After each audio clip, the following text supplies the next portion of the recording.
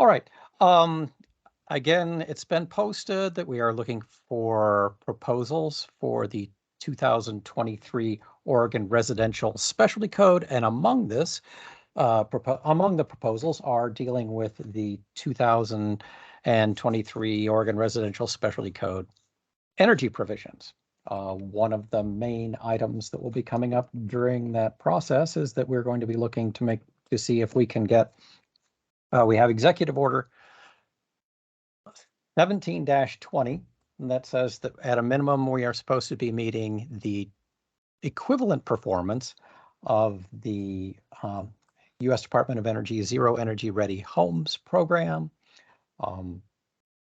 So that's the sort of starting point for where we're going to be looking at for the code. So we also have some new adopted rules for the application of energy code for the residential code, if you'd like. Let's go to the next slide and we'll sort of go through some, Roger, so we can start going through the main topics here. We'd like to cover the new rules, provide people with a little background on how to submit proposed changes. For Chapter 11, you can also use the same information if you're interested in doing modifications to other portions of the code, whether it's structural, ventilation, gas, whatever. We'll be showing how to do a proposal and then how to submit the supporting information, especially for if you are doing proposal to changes to Chapter 11. So let's go to the next slide. We do have new rules that help with the adoption process. You'll find them in Oregon Administrative Rule 918-008-0250. You will be able to find the information on page 4 of any code amendment proposal application. We'll show you how to get to that in a minute.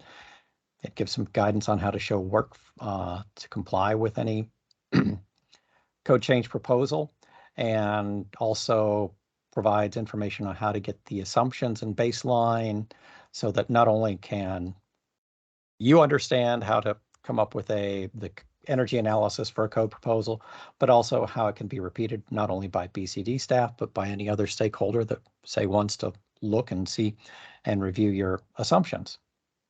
Let's go to the next page. So if you are looking to do a code change proposal, the way to find it is from the BCD homepage. As you'll see, the arrow here is pointing toward the boards, hearings, and committees area. You click on the code adoption and review section, and that will take you a page where you can select how to submit code change proposals to, I believe it's about 7 or 8 of the codes that are done by the state of Oregon, and you would click the ORSC Oregon Residential Specialty Code tab, and it will take you to, as we'll show on the next slide, please, Roger. On the ORSC adoption webpage, under the section for the July 5th to August 21st, 2022, so this is the code amendment submittal period, you can click on submitting a code amendment proposal, and that will take you to the document that you would use. Then, if you are proposing for Chapter 11 energy efficiency, we have links to, first, the BCD proposed provisions. This is the 2023 draft Chapter 11 energy efficiency. This will give you the document that will be used for any proposed changes. That's where you will show your modifications for the code. We have also provided 2 spreadsheets. One is for looking at the baseline inputs and assumptions used for the 2021 Chapter 11 Oregon Residential Specialty Code, and then a 2023 ORSC assumptions and inputs list that will show the changes from the 2021 code. So these 3 documents, the Chapter 11 and, excuse me, the inputs and assumptions, are showing the minimum that the division has of what has been set for us to achieve for the 2023 residential code via the Executive Order 17-20.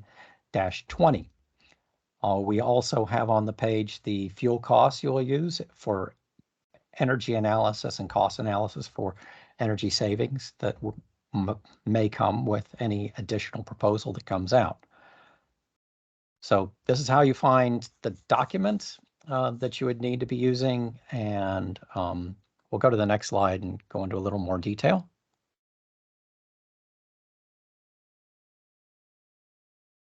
So in the draft document, anything that you will see in blue is showing the minimum revisions, additional revisions that are being added to the code for the 2023 residential code. These are additions from the 2021 code that's currently enforced.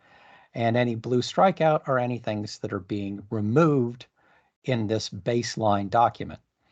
When you're looking to propose changes to the baseline document, you would put items in red. You'll see them in red, bold, underline if you're adding language, and red strike through if you're proposing to delete any language. So let's go to the next slide.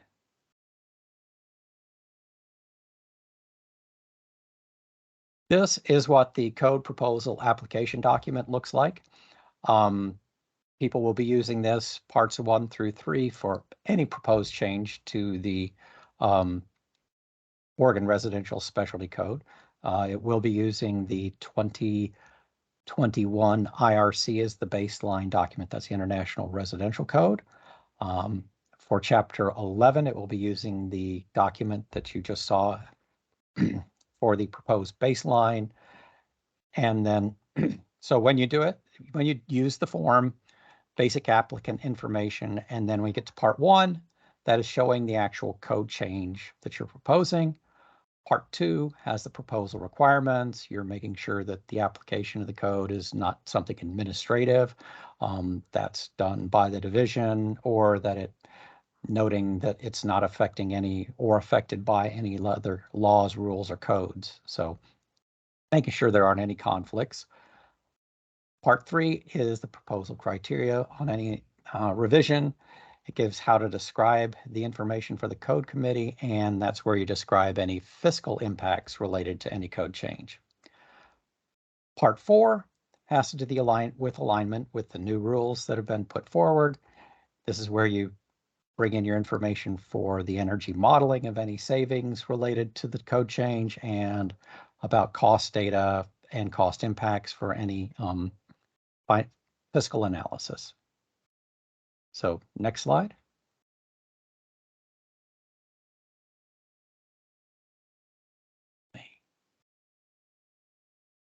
So in the proposal format, again, just showing an example of what you might be doing if you're going to propose, say, a code change. You do want to take the existing language and the modified 2023 language. So this is just an example of how you would do this. You would copy the language, markup as shown. If you're in this example, we're showing that in Part 3 under opaque doors, you might be changing the U factor from 0.70 to 0.50. And to show something where you're modifying, say, the existing or the new language for the 2023 ORSC, item 4 in blue, you might be changing, let's say, from selecting 2 items to, say, selecting 8 items from the table. Just made up, not saying that that's, but this is an example of how you would do that. If you are doing proposed changes, you can, we're asking that you have each change individually. However, if you do have something that more resembles a package, if they sort of go together and overlap, there is the ability to do a package, but most, we are looking to be able to keep this simple for the code review committee. Make sure that you have your revisions, keep limiting them to 1 item and changing 1 section of the code at a time. Next slide.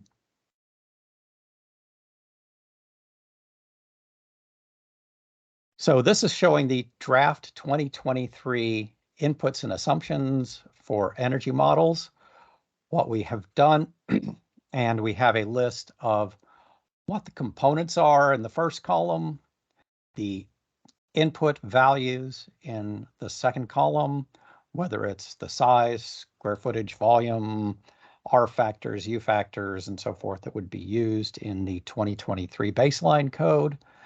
We have assumption notes that are in the third column. So while not in the code, the let's look at Windows where we're pointing arrows. The U factor is 0.27. There's an assumption that the SHGC will be 0.30 that is used. And then the far right column lists the methodology or market data source. This is where the division has found their modeling assumptions. You will find links in that column.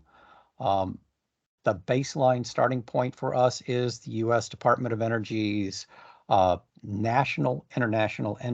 nationally used energy models used for determining the efficiency of the International Energy Conservation Code. That's baseline. There are other sources that we've had. Also looking at the DOE Zero Energy Ready Home program for some of these, other PNNL studies. We take U factors and R values based upon, first off, they are developed from ASHRAE 90.1 Appendix A for R values and U values, so that assumptions that are made here for R values and U factors are the same that align with what's in the commercial code, so that we can maintain an apples to apples and have a research data that aligns with how national figures are developed.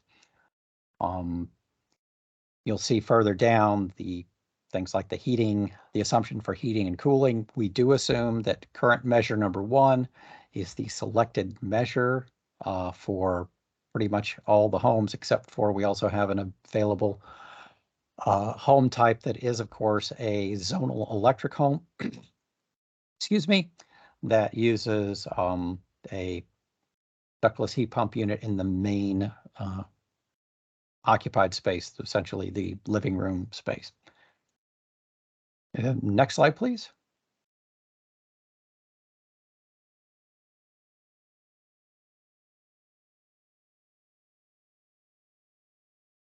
Roger. Thank you, Roger.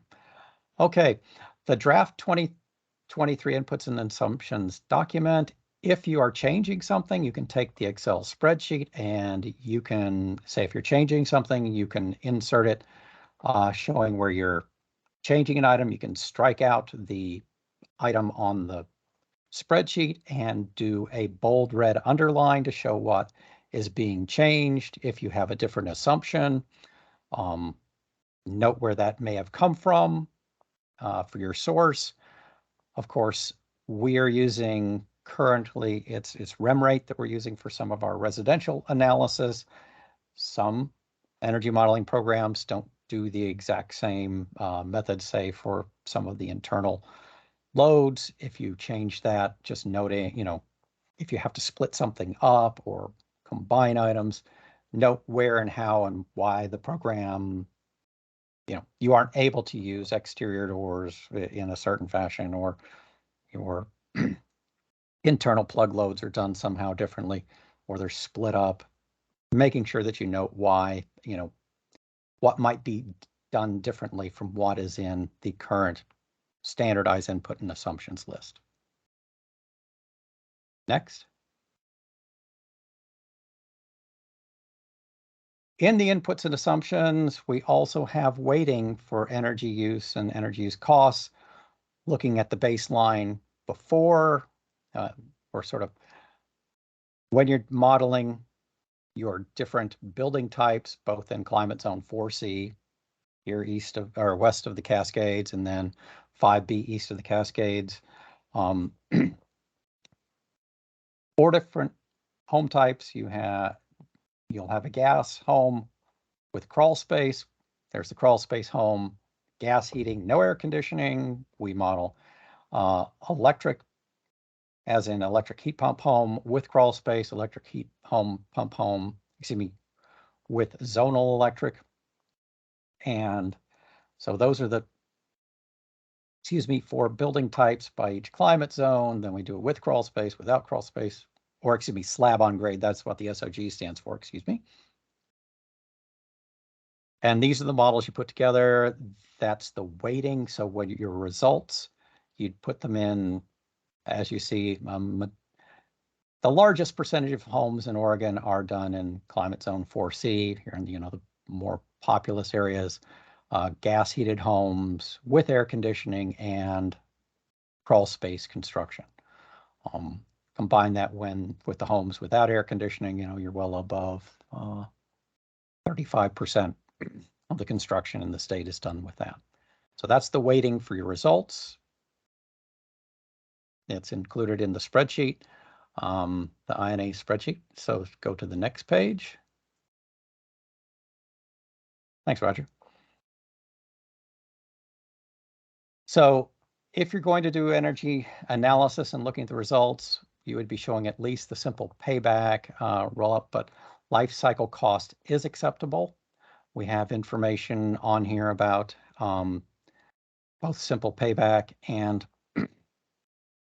we should have, and I thought they were already on board, but we'll have to get those assumptions for life cycle costs. If you're going to do that, we will put out what is really aligning with the US DOE's analysis.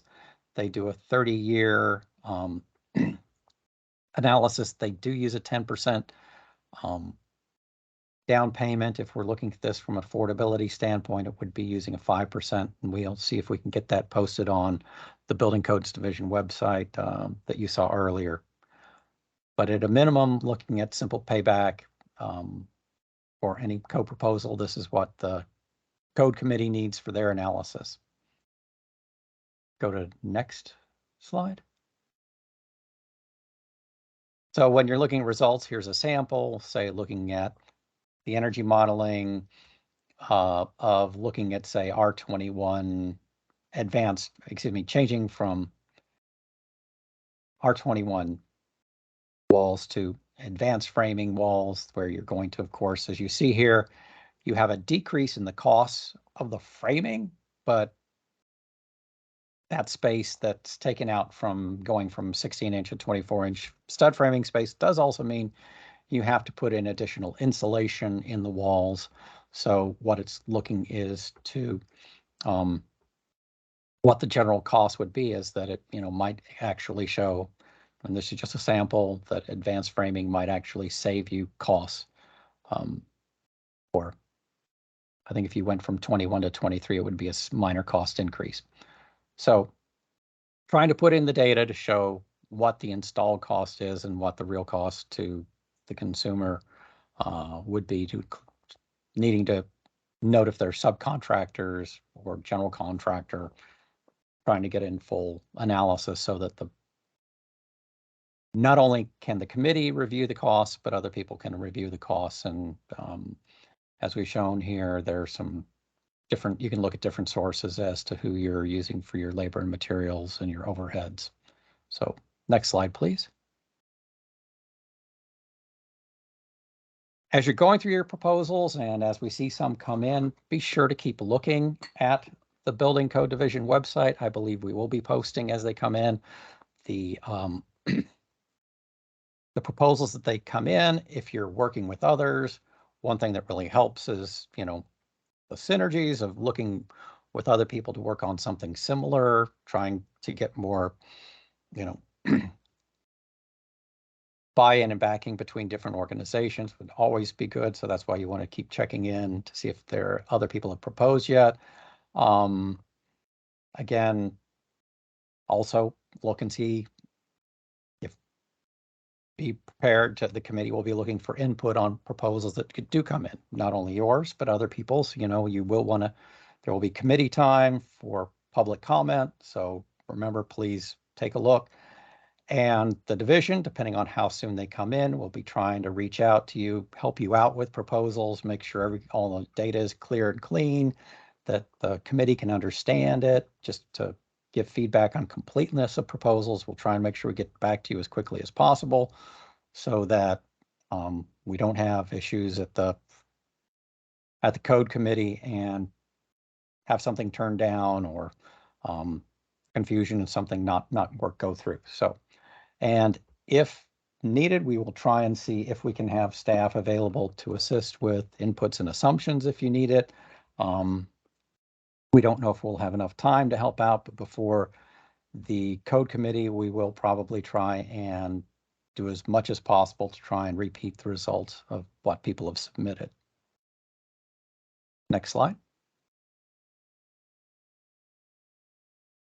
Home size. The committee had presented interest in this, and we put this into the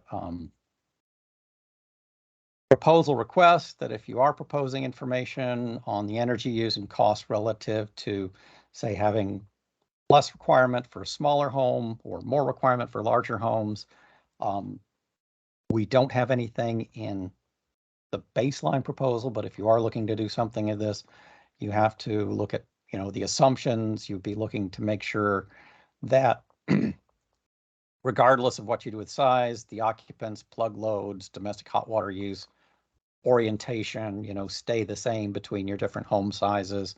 The things that do differ, of course, will be because of the different home sizes, ventilation rates, the effects of the envelope, of course, your HVAC system size, the amount of lighting that's used goes up or down depending on home size. So the proposal, would look at, how much changes relative to that. Our baseline net statewide model home, of course, is the PNNL home. That's 2,376 square feet. So that looking at what the effects are if you're doing separate proposals for smaller homes and separate proposal for larger homes, having different requirements, because there was some interest from cost effectiveness and affordability. Definitely at the last time this issue was brought up at the residential board, there was some interest in that, and there are different ideas, and if someone is bringing that forward, just looking at that, maintaining certain things that will be the same but regardless of home size, but certain things, of course, will change just due to the different shape of the building. Next slide, please. One thing that is not in our proposal, but we think that we may bring this up to the committee as far as another additional look is whether the IECC, which has something called the Energy Rating Index Compliance Path, our current performance/energy modeling path is very outdated, does not get used. The national code is using the quote ERI path, which is really a codified HERS rating system. It has language pretty much ready to go, but the one item that would need to be done in the end would, of course, be to align the ERI score to whatever the baseline prescriptive code is in the end. Of course, that target would be pending the final document recommended by the committee. You want to make the ERI path same as the target path. This might be considered by the code committee and maybe recommended to the board. The one issue is just finding enough home raters to be able to do this statewide, but maybe just something that's being put out there as a potential option to people. Next slide. Well, I'm looking for any questions or comments. Be looking for Roger. If you see any hands pop up, let me know. Well, let's take a look. I don't see anything in the chat yet. I see Kevin and David raise hands. Kevin, you want to go first? Sure. I have a few questions, so don't let me, suck up too much time here. No problem. The first one, Mark, I think I heard you answer this, but I wanted to get a little bit of clarity here on the baseline to be compared to. I think I heard you say that your draft for the 2023 ORSC should be used. That differs from what's in the code proposal form, where it says to compare to the current version of the ORSC. So I just wanted to get clarity on that point. Yes, that will be the baseline will be the the draft. This is the only piece that is using the of the entire code process. This is the only one that's sort of starting with a quote new code. So that, given that that's our baseline target that we have to hit, we're starting with that. Okay. With the 2023, the draft document is the baseline that you will compare to. That's clear. My next question, also related to what's in the code proposal form. There's direct reference made to 1,200 square foot home with energy and economic information to be compared relative to that home. That differs from, you just mentioned the PNNL 2,376 square foot home. And that's the one that you have a spreadsheet of assumptions for. Could an analogous spreadsheet be provided that provides consistent assumptions for that 1,200 square foot home, given that any code proposals are going to have to, in the absence of that, make their own assumptions about how that translates to a home of that of those dimensions? Yes, we will be posting essentially an INA sheet with the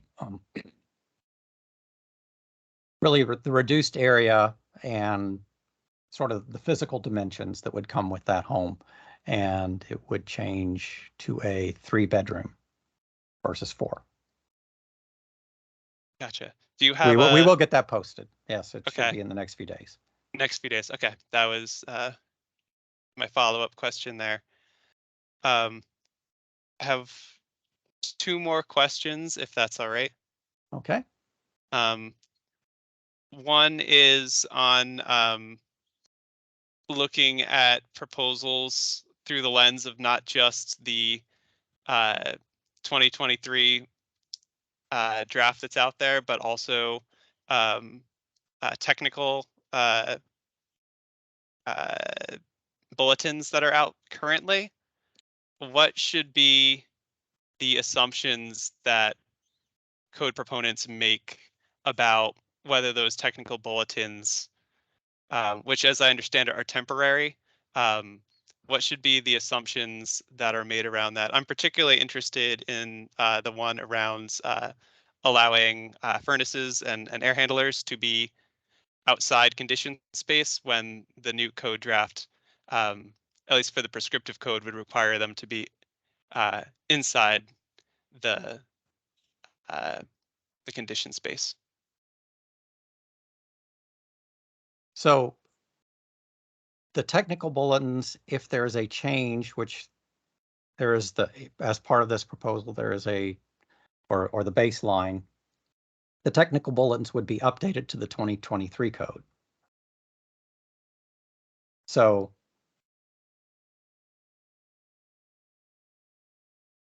in the 2023 baseline code, furnaces start out inside the conditioned space, and ductwork starts out inside the conditioned space, and they're allowed outside if you do a second measure.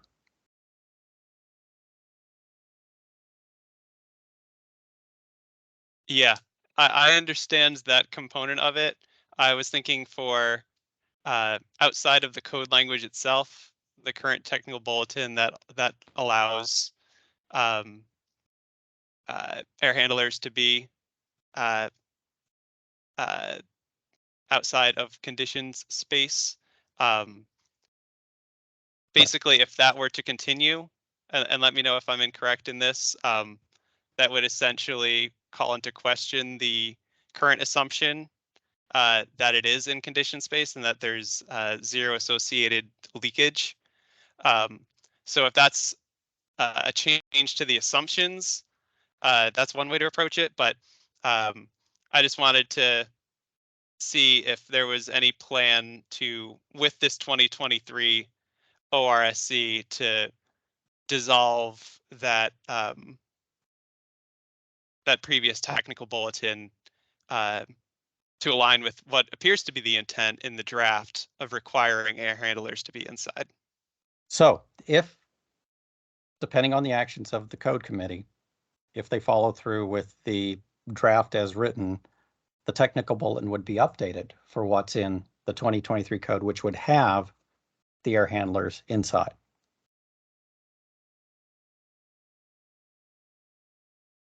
Okay. Sorry for Yeah. taking a while to describe that question, but that was a clear answer. Thank you. Really Okay. good questions, Kevin. Way to go. You know, Yeah. you've provided a lot of good information to pour through, and pour through it I have. Okay. Yeah. Good. Thank you Yeah, very we can much. tell. Appreciate this. The extra looks. I have one more, if that's okay. It's an Go easy ahead. one, I think. That's why we're here. Yeah. What day is it? There was mention in the code proposal form as well that you would provide, BCD would provide cost information to help with consistency. And you've done that. You provided the fuel cost information. I just wanted to take the chance to verify if any other information of that sort would be posted. It sounds like there's a couple things that are still yet to hit the website. So I guess it's just useful to get a rundown of what all those things are, but particularly for any fiscal assumptions. What we're looking to do is we'll probably be taking the US DOE methodologies and putting a reference to that and noting any things that might be different from their assumptions. We can put that out there because they do have a life cycle methodology, and it would be good. Recommended to have everybody working from the same piece. So we will see about getting that put up for life cycle. Great, thank you so much. Because yes, inflation. So everyone's using the same inflation rate. Everyone's using the same down payment. Everybody's using the same mortgage rate, and hopefully they won't go much higher than they currently are. Right. Next. Mark, it looks like David has a couple of questions in the chat. Given the draft 2023 baseline has changes from the 2021 ORSC, will BCD provide the construction cost basis of these proposed changes so that these assumed costs can function as a reference? Yeah, Mark, just for clarification, that's it's kind of a different way of asking, I think, what Kevin was asking. Yeah. In that seemingly for the code review committee to be analyzing the draft proposal that staff has put forward, they'll need to know what costs are associated with that versus the 2021. And then it certainly would help any proposer who wanted to make a proposal to know what those costs were. So if we're describing something that's similar, our cost basis isn't wildly different from what the staff has been using. We can put those together as well. And of course, given that there will be a bit of an assumption on what % of homes are already with ducts inside versus not. So yeah, we will develop something. We'll see if we can get those posted sometime soon. But we'd be putting those in at time for the code committee to review. We will have those ready at that point, but we'll try and get those sooner. Yeah, I just bring that because there's obviously in years past been,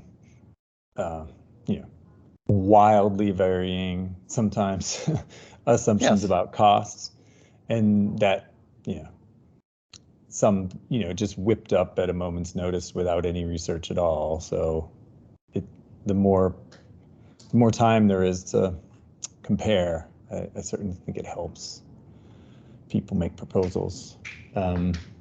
So Roger, I can just read the other question. Yeah. And I guess that one, the assumption that this seems to be operating under, Mark, is that what the staff has put forward in terms of a draft proposal does achieve equivalent performance to the 2017 DOE Zero Energy Ready Home Standard. Is there an analysis that's shared to actually show that that has been achieved? I guess. Yes, we can get that. We could, if you when it gets time for the meeting with the board, we will be showing that information. We do have available the inputs and assumptions and the general list that we had gone through with the people directly from the ZERH program to come up with those. Yes, we can show what the baseline is, and then if you'd like, you can compare those to our analysis.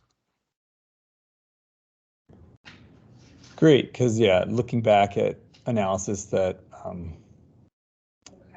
NIA had published a couple years ago, it didn't look like this was making it. So, but a part of that may be due to what that like interpretation that you and Kevin were just talking about the location of the air handling equipment. So that's the proposals to get everything inside and looking at ducts inside versus outside, comparing that. The division and NIA spent plenty of time, several months, going through assumptions and analysis, and the division and Oregon Department of Energy spent even more time working directly with Sam Rashkin of the ZERH program, and the INA, the input and assumption list, is directly signed off by the US DOE. So yes, we're quite confident in the numbers.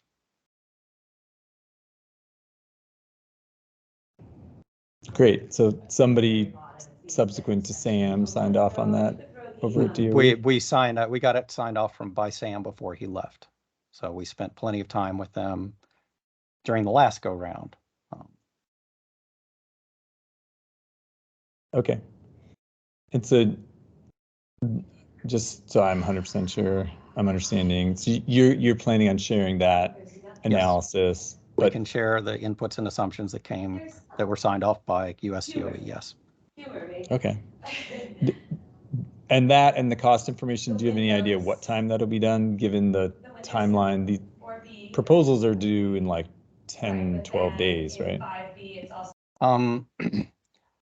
Do not know exact date. We've had some people out sick and on vacation, so that's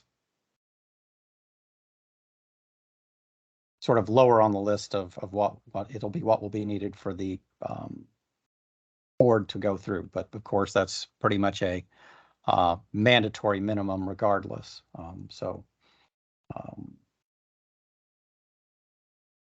What needs to be achieved this go round is directed by an executive order. Right. But we will have cost data for the code committee at that point. Interior insulation. So you wrote interior. Right, but so at the time of the code review committee reviews it, but not in time for proposals to be done. Can't guarantee it before then. No. All right. And just one last question for me here, the two different sizes, again, this is maybe something that you answered for Kevin and I just need to hear a different way, but the standard DOE model home and then the 1,200 square foot home, that's more been part of the Oregon process in the past. For just a proposal that somebody wants to make, do they have to model both size homes or just the DOE model home? Just the DOE model home. There is a need for us to make, for the code committee when they're done, to make a declaration of cost change relative to a 1,200 square foot home. That's under a very old statute that we have to. Right. So we would need to come up with an estimate, and they will look at it and they will make the final determination of what the potential cost is relative to that. Or actually it happens at code at the board level. They'll be making that statement, but. So a proposer needs to model for energy code. A proposer needs to model the savings for the DOE model home. And then for the payback analysis, they need to do the construction cost implications of the proposal for the DOE model home. It'd be interesting. Okay, humor. do they also have to provide the cost assumptions for the 1,200 square foot home so that It would be that's in hand? expected for the 1,200 square foot home, yes. Okay. So the one thing that doesn't have to happen is the energy modeling doesn't have to happen for the 1,200 square foot home. Does not have to happen for that, no. It's on the HVAC. Okay. And maybe my last question, since I'm stretching it out here, is I heard you say that, I think I heard what was stated was that any change that's being proposed would have to be submitted separately, Right, well, and the for energy DOE modeling program. implications would have to be That was a- modeled they had separately. listed, But we don't have So if there were the two different SRE. things, like you had an example of, SRE standard. oh, more measures from the options table, that would get submitted as one That's only proposal. for ERVs? But if somebody had a separate Is that only for ERVs? proposal Or around, HRVs as well? reducing air leakage, Okay. that would have to be a separate proposal with its own separate Yes, energy modeling runs. We don't require Yes. that. so if you were, say, wanting to change the glazing from 0.27 to 0.22, and Okay. that would be a separate issue from, say, doing multiple additional measures or Okay. Yes. redoing the measures table. Small differences. Let's see if it actually does make a difference. And Okay. if it doesn't, those And are that for all, and so that would be for all 16 models. And the savings that we're modeling is, again, the savings against the draft 2023 proposal. Correct.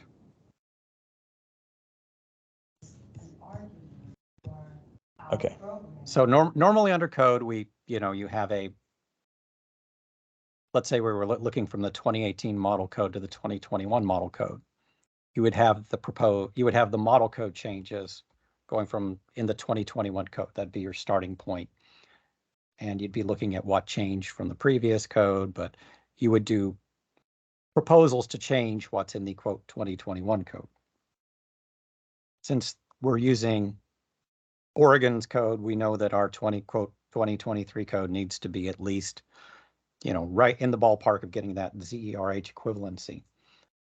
Anything you're doing, so that's the proposed quote from the model 2023, chapter 11. You're looking at changes to that 2023 as submitted by the division. So your savings will be relative. Energy savings relative to the proposal, energy costs relative to that, or construction costs, or cost savings relative to the 2023 proposal is what you're working with, correct? All right. Yeah, I think that handles my current list of questions. Thank you for the clarity. Yeah, I see that. Kevin, do you have an additional question?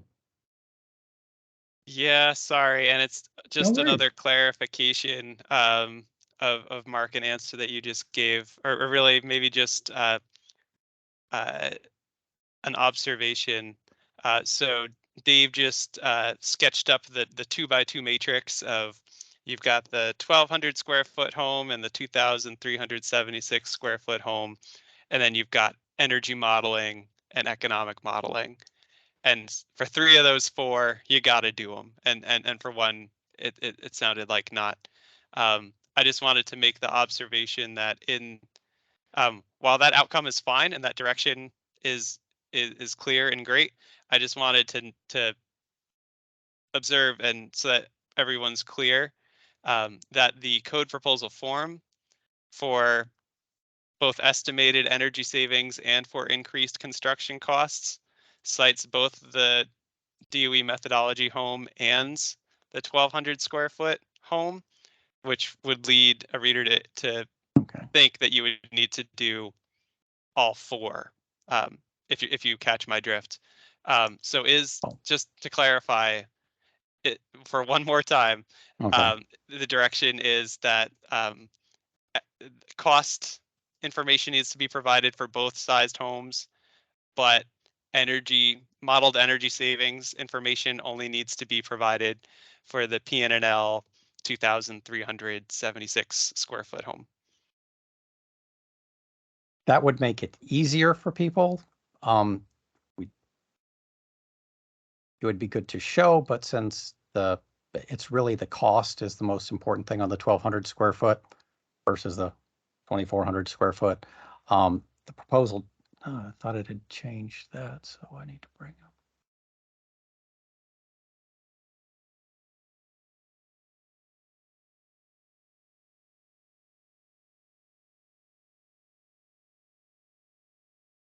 It's been a while since I've seen the proposal, so.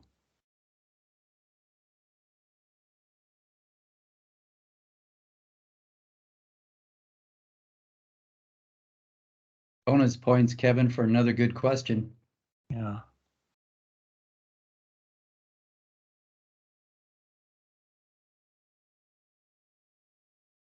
Oh, I did say When and. Mark's looking, I thought it was cost just for Uh, that.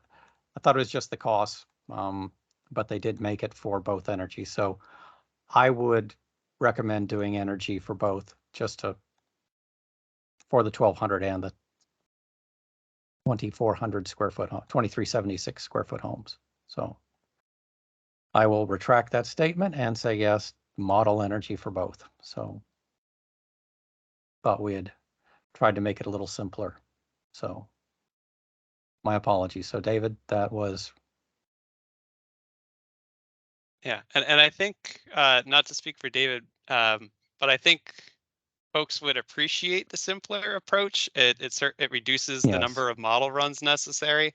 So if there is agreement that that's a wiser thing to do, I don't know if there is a way to file like a formal amendment to what's up there.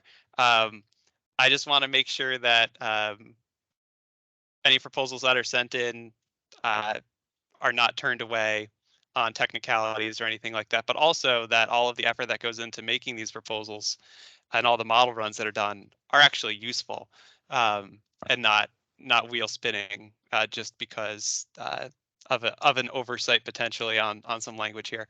So is there any, should we just go forward with your retracted statement and model for all scenarios, or is there any potential adjustment to that direction that could happen? And I know that that's like a speculative question. Yeah, so speculative on my part, and I was thinking that we would be able to. The most important model to turn in is the PNNL home. That's the one that is used for all analysis from code to code. The savings on the smaller home, it would be beneficial for the board to say yes on this home that we have to make a cost declaration on. This is what it would do to help the homeowner who gets that 1,200 square foot home. It helps on that affordable housing side, and we know that there's a bit more. So to be honest, you're correct. The most, and I was trying to say that yes, the most important part is that 2,400 square foot, or we'll call it the PNNL model home, is the most important one because that's the year-over-year tracking home. That's more important for the board to decide on the impact for that, and also for our analysis relative to meeting the executive orders. So that's the the quote average home done nationally. We will see if we can get something put out and say that, if you're in a crunch, focus on the larger home, and we can work with the boards on that. We may see if we can get that as optional for that modeling, just knowing the amount of work that goes into these. So yeah, it would be helpful, and even if the modeling work for the smaller home is delayed, if it's still required but Right. delayed, it does help with that crunch. So yeah, appreciate anything that you are able to do with that, and any guidance that might come after the fact. But yeah, appreciate it. Thanks, Kevin. Any other questions for Mark?